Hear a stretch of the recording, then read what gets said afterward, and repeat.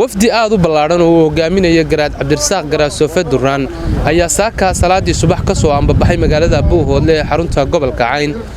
saaka oo bishu ay tahay 22kii bishii koobaad waxaan joognaa gobolka Cayn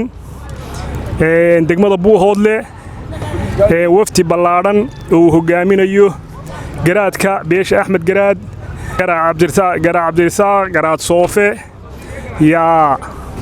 ambabaxaya waxay ku wajahan yihiin wada tashiga iyo isu imaatinka beesha SSC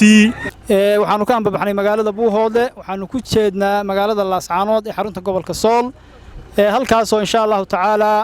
shirka ay ka tashiga deegaanada SSC lagu qaban doono oo ka furmi doono maalmaha soo socda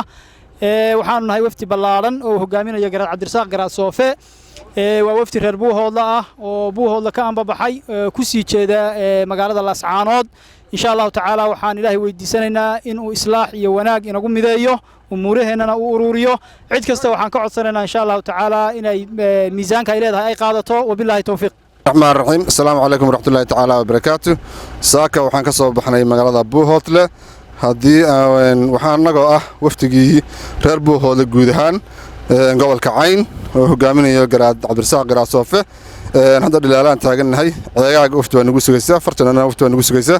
dhammaan waftigii gobolka Yeelana wafti waa nagu sugaysaa dhammaan waftigii gobolka Cayn oo dhan waa soo baxnay alxamdulillaah rabbil caalamiin waxaan rajaynaynaa inaan safarkaas